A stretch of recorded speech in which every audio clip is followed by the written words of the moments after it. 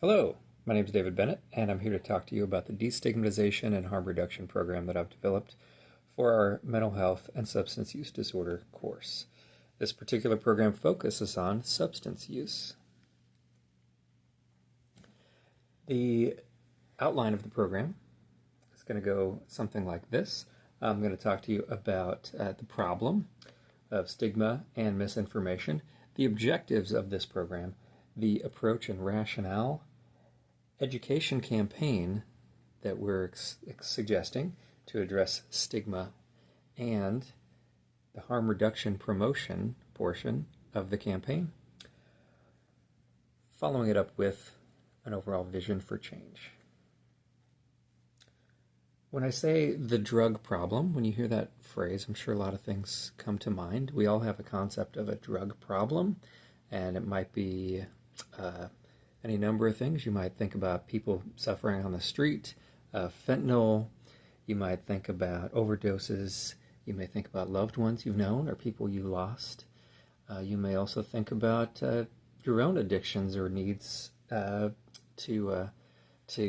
deal with urges that you have, or maybe the criminalization of drugs. Well, the World Health Organization long ago and continues to support this idea, came up with a assessment of what the drug problem is, and the most important factors of that are misinformation, arrests, and criminalization of use and the drug trade in particular, hospital admissions, family and employment impacts of chronic use, and deaths due to violence, and also overdoses, both accidental and intentional. And so with this program, we want to address some of those problems. We're going to focus on specific ones because you can't focus on all the drug problems. There's just too many. And we won't be able to address all people's substance use or even the disorders of substance use. The idea of this program is a little different. So first of all, we're going to focus on stigma. Stigma is basically stigmatization regarding someone with disgrace or disapproval overall, and that's from Merriam-Webster. Consequences of stigmatization are pretty profound, according to Crandall and Perry. We are talking about limited access to employment and housing. So if you have a drug history, or sometimes due to testing for certain positions, or if you have housing and people smell drugs or have evidence that you've been using drugs, you might get kicked out. Disruptions in personal relationships due to stigma. So people might just, the knowledge that you're doing drugs could harm your relationship with your family. It could harm your relationship with friends. People worry, and also it can divide people. And also the physical and mental health of people. Stigmatization alone just causes stress. It also harms people's, just their associations, their relationships, and that harms people mentally. It also makes people just feel shame and feel bad generally. So it can lead to depression. And this is all evidence-based information. And finally, we have the reduction in help seeking, which is a big issue.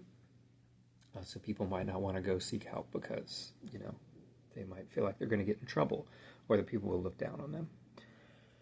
Objectives of this program next are going to deal with informing the public about responsible use. So research in the journal Drugs, and also from the Drug Policy Institute, finds that providing accurate information to people about safe substance use leads to better outcomes overall. So it leads to fewer overdoses and less addiction. So, two-part program.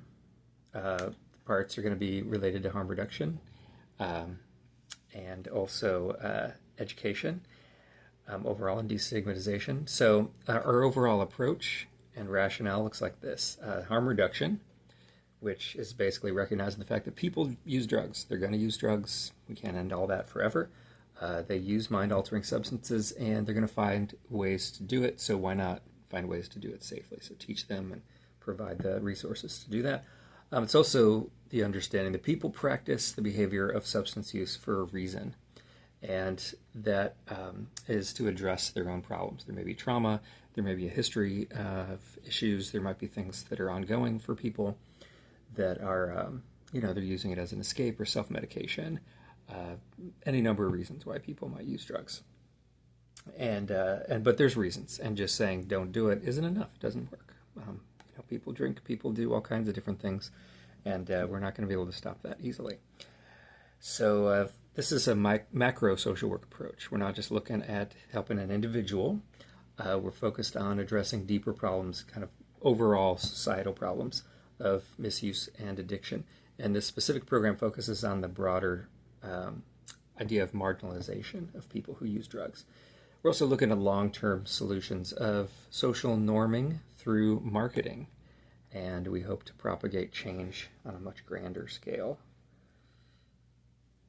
So, prior to implementing this program, we're going to collect some baseline data to get a feel for what's happening currently on the street related to substance use regulations. So, what's happening at different cities and different countries, and we're looking at public perceptions regarding stigma.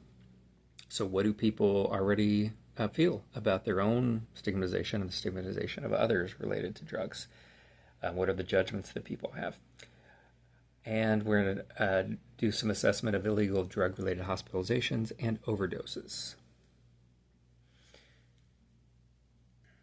And so the target population of this is essentially adults. So we're really going to focus on adults for this program.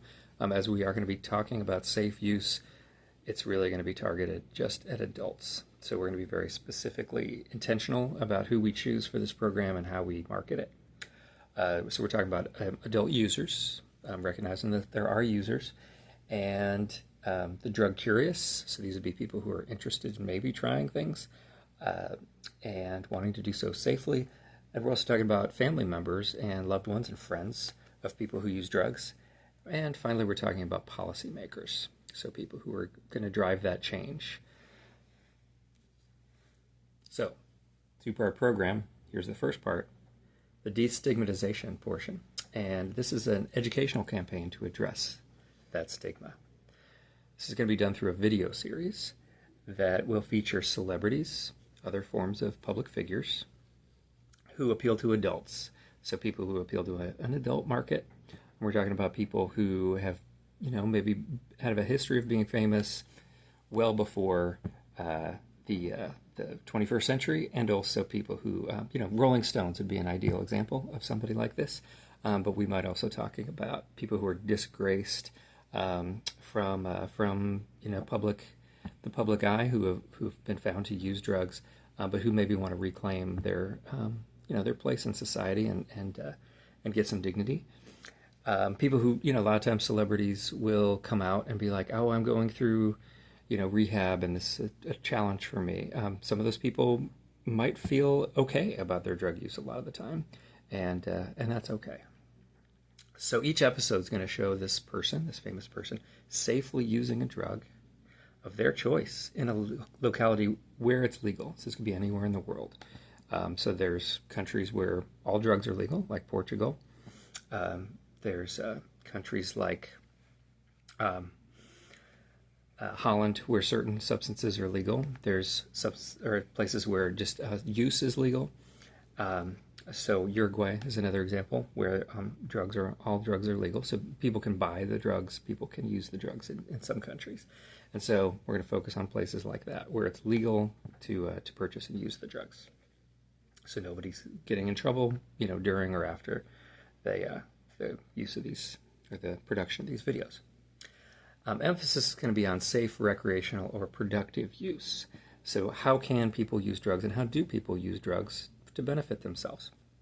Examples would be for treatment. There could be some, therapist-assisted use of particularly hallucinogens is common practice today. In celebration, a lot of people drink for celebration. People use all kinds of drugs for celebration, and that shouldn't be shamed necessarily as long as it's done in a safe way. And also for performance enhancement. Many, many stars are using drugs, particularly with live performances, before and during performances. And, that's not necessarily a bad thing. Many people support it and enjoy it. And it leads to, some great performances. And we can just admit that as a society because we know it's true and there's no shame in people's game. So, second portion of this program is harm reduction promotion. This will actually come before those videos in those sites. So, to explain that a little bit, we're going to connect with harm reduction organizations operating within the localities where the drug use is going to happen. And then we're going to showcase the best practices for each of these locations and how they can be duplicated elsewhere. Examples would be clean needle distribution, public education campaigns, drug testing, peer support, all forms of harm reduction. And this will be presented as an introduction before the public figures are featured with information about how to support the organizations. So it could be like go to this link, check out this program, here's how to support them, here's ways to duplicate the program. So these two parts are going to be an effective way to address stigma and to educate the public about harm reduction and safe use.